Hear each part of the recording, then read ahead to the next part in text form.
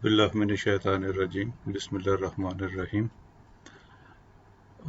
Today our topic of discussion is in continuation of our discussion related to childhood nephrology or kidney problems. We already have discussed two important areas, that is nephrotic syndrome and acute renal failure or acute kidney injury. And in next 20-25 minutes, I, Professor Agha Shabir, will share with you important aspects related to chronic kidney disease, CKI, or in normal or common terminology, one also uh, calls this illness as chronic renal failure. Objective of our today's discussion is that I would like to share with you what are the common causes which underlie in patients of chronic renal failure or chronic kidney disease in pediatric age group, and how by different clinical manifestations this chronic kidney disease in pediatric age group it presents with, what are the common physical signs and clinical presentation, and finally our good time will be spent uh, how to manage, initially how to investigate and then how to treat different aspects of chronic kidney disease in children. Let's review that in this day and time how we define chronic renal failure or chronic kidney disease. So any functional or structural problem of the kidney which lasts more than 3 months, and this structural functional abnormality of the kidney, uh, it is identified as either decreased glomerular filtration rate, or there is problem abnormality in the composition of the patient blood or the urine.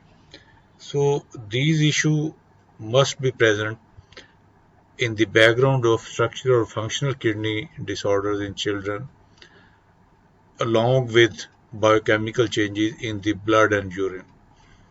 And generally, these problems, these manifestations, they start when the glomerular filtration is less than 60 ml per meter per minute per 1.73 meters square.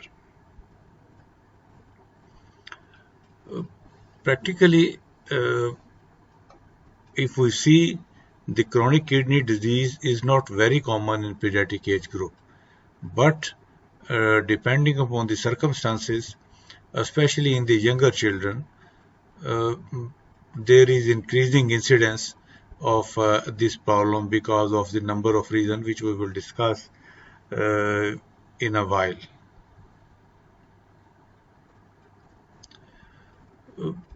If we enlist the causes of chronic kidney disease, that includes obstructive problems at the level of pelvo-ureteric junction or lower down on the urinary tract, or there is some developmental problem in the kidneys, which leads to either the short size or small size kidney, or the structural development of these kidneys, what we call dysplastic kidneys.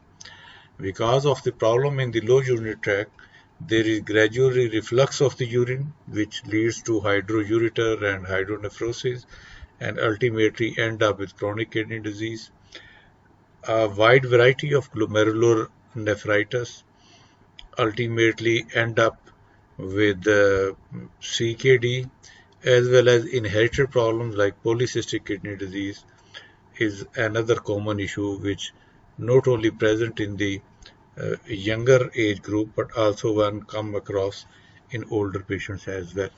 But the good way to remember these different type of etiologies is if we subdivide the pediatric age group into younger children or less than 5 years old or older children, 5 years to adolescent age. In younger children, congenital anomalies like polycystic kidneys, like hypoplastic kidneys, uh, they are common causes of chronic kidney disease, while obstructive problem at the level of pelvo-ureteric junction or posterior urethral valves, they ultimately leads to reflux of urine and damage the kidney as well as the ureters. In older children, a large variety of glomerulonephritis, they are underlying reason for ending up in chronic renal failure, or there may be some inherited problem like nephronophthosis or Alport syndrome, which manifest in patients older than 5 years of age. While metabolic problem like high cysteine level or hyperoxalic aciduria, they are seen in both younger as well as in older children, as well as inherited problem polycystic disease. That may be autosomal or that may be autosomal recessive or dominant. That may be seen both in younger as well as in older children. Primarily, the clinical manifestations, they are related to the complications which the patients come across as he gradually pass on to advanced stages of the disease. So one can come across these complications, and primarily these complications are I must say, the clinical manifestations of patient with chronic kidney disease. So growth retardation that may result from uh, malnutrition, anemia, uh, metabolic bone disorder because of vitamin D or problem or hyperphosphatemia. Similarly, there may be resistance to growth hormones. So that may ultimately end up with short stature or growth retardation. Anemia is one of the common clinical manifestations. That may be because of anorexia, loss of appetite, because of uremia, or that may be a problem with the decreased production of erythropoietin. Uh, Mineral bone disorders, that is related to different aspects of electrolyte metabolism, especially in reference to calcium and phosphorus, because of the non-availability of the active form of vitamin D. There is accumulation of phosphorus, which ultimately lead to higher secretion of parathormone, which end up with progressive nephron damage. Uh, as we already know that kidney is the only area, is the only site from where we get rid of excess of acids in our body. So whenever there is problem with the renal function, there will be build-up of gradual build-up of acidotic components, acidotic metabolites, which ultimately leads to severe metabolic acidosis. Same is with the high level of potassium, and because of potassium, uremia, high creatinine level, one ultimately leads to deterioration of the consciousness, or what we call a uremic encephalopathy. Because of problem with the renin-angiotensin mechanism, because of hyperlipidemia, so there one always have different degrees of hypertension. They are prone to different type of complications, as well as uremia leads to vascular damage, and they have a tendency to bleed. Pericarditis, because of uremia, is another common complication which ultimately end up with a fatal outcome. If we review the problem of a 7-year-old female, clinical problem of 7-year-old female, this will help us to understand the underlying cause as well as how to work up the patients with chronic kidney disease, as well as uh, how to determine how to plan the management strategy in patients with these chronic renal issues. So this was 7-year-old female. You can appreciate that she was having just a weight of 12 kg and height of 94 centimeter, which should be the height of a 3-year-old baby. She do have intermittent fever, and parents are sure that there is progressively worsening respiratory problem.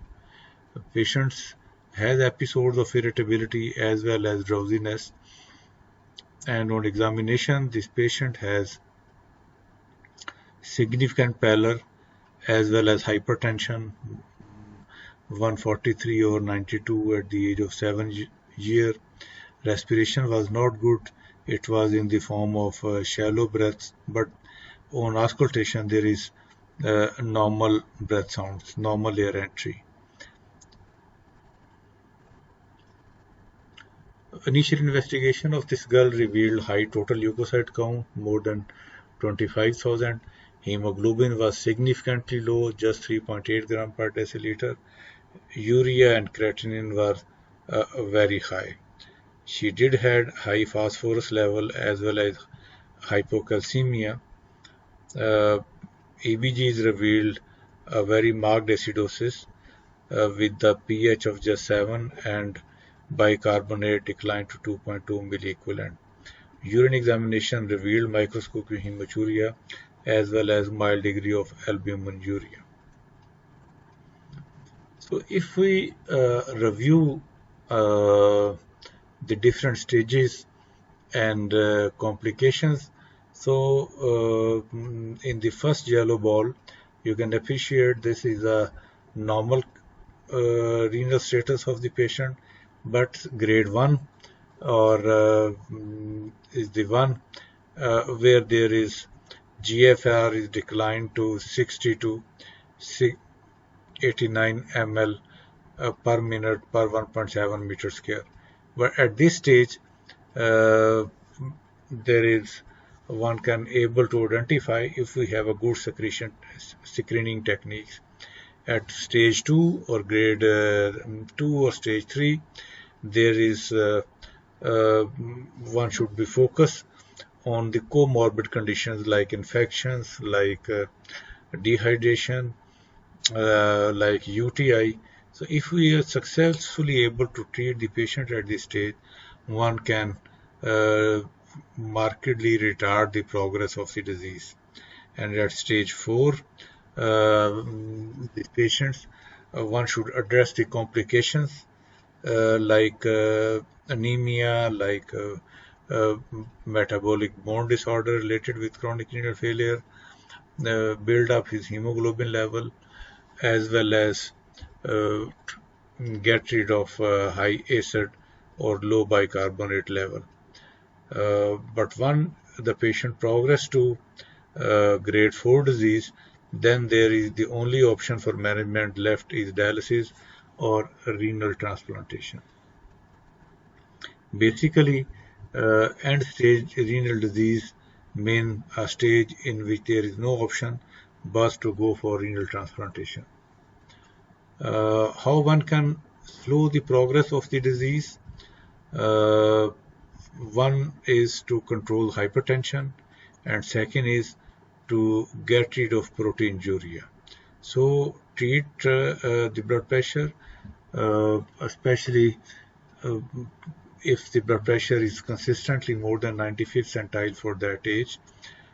Try to improve his proteinuria for control of blood pressure. ACE inhibitor is the one choice which not only control the blood pressure but also improve the proteinuria in patients with CKD. One should focus on good high first class protein diet and minimize the different abnormal triglyceridemia or hypercholesterolemia. Also build up uh, mm, vitamin D as well as anemia with the help of erythropoietin injection. Uh, in reference to long-term management, there are some areas which need very detailed discussion like nutritional rehabilitation. They need an extra calories compared to a normal baby. Uh, good amount of carbohydrate, fats, and protein should be offered. If a patient is on infant formula, then that formula should be uh, selected, which has low uh, mineral loads in the form of low sodium as well as low phosphorus content of the milk. One should use first class protein with high biological value, avoid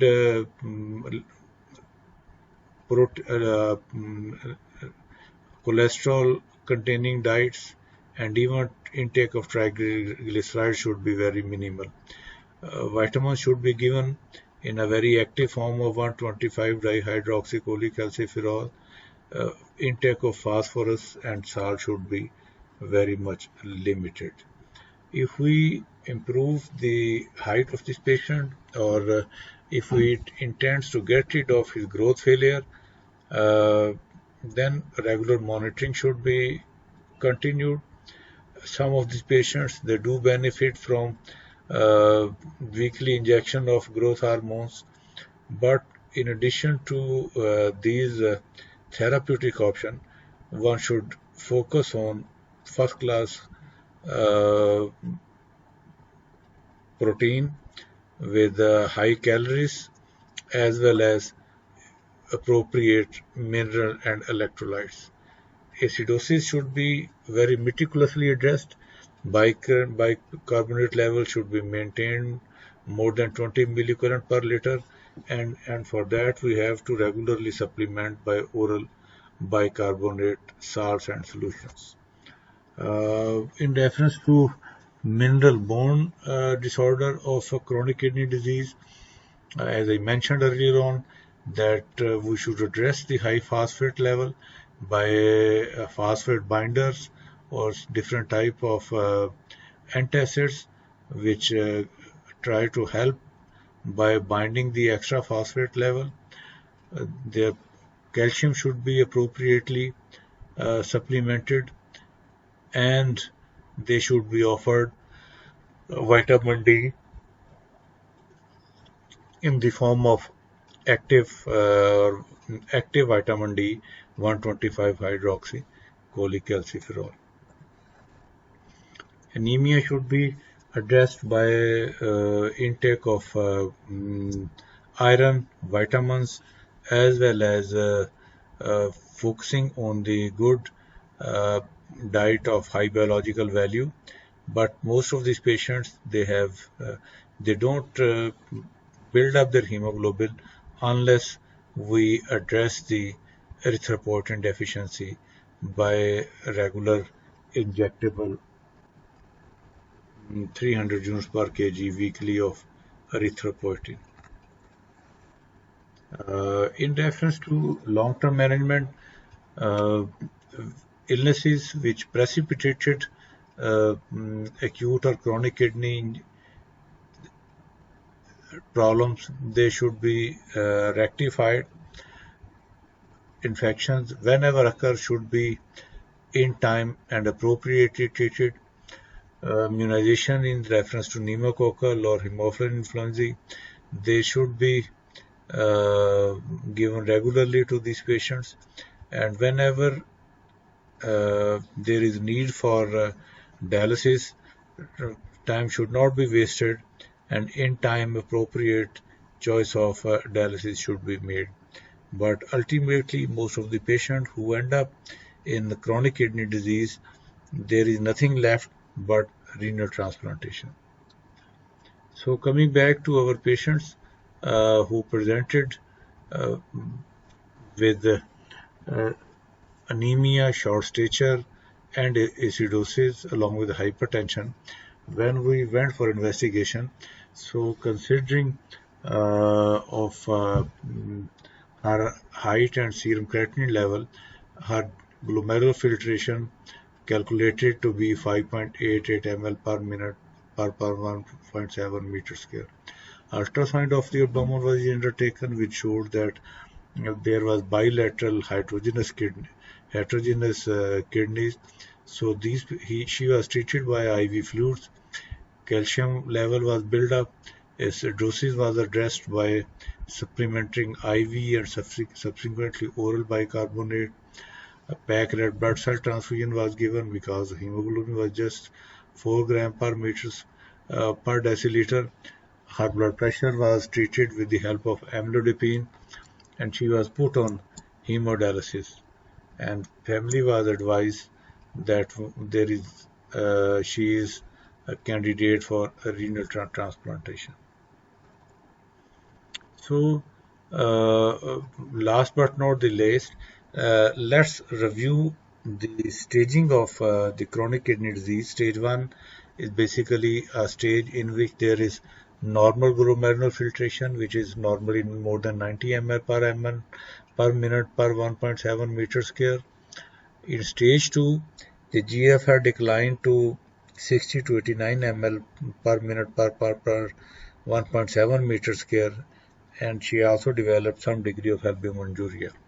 In stage 2, there is further decline in the glomerular filtration to 30 to 59 ml per minute per 1.7 meter square. In stage 4, GFR is just 15 to 29 ml per minute per 1.7 meter square, and end stage, which was called end stage renal disease, GFR further deteriorate, and it is just less than 15 ml per minute per 1.7 meter square. So the take-home message after today's discussion on chronic kidney disease or chronic renal failure is that this CKD is not a very uncommon problem in children, and clinical manifestations only uh, come on the surface when there is stage 2 and above of renal damage. Uh, Anemia, short stature, bone pains, fractures, susceptibility to infection, as well as deformities of the hip and lower limbs. Uh, they are they reflect that uh, as the disease progress and we come up with different type of complications, then and only then there are clinical manifestations which help us to find the cause as well as label this patient as chronic kidney disease. So rather than treating the complications, the best strategy is by one way or the other, we should prevent the development of complication. To retreat further, that rather than treating the complications, the best strategy is to prevent the development of complications by addressing hypertension, by addressing hyperphosphatemia, by addressing anemia, significant anorexia. So then and only then it is possible to prevent the development of complications. And in reference to management, one should have a holistic approach. Every aspect of chronic kidney disease that should be appropriately addressed, adequately addressed, then there will be stage that patient will have stable renal functions. So with this, I conclude my presentation and uh, enjoy this beautiful painting uh, from Africa.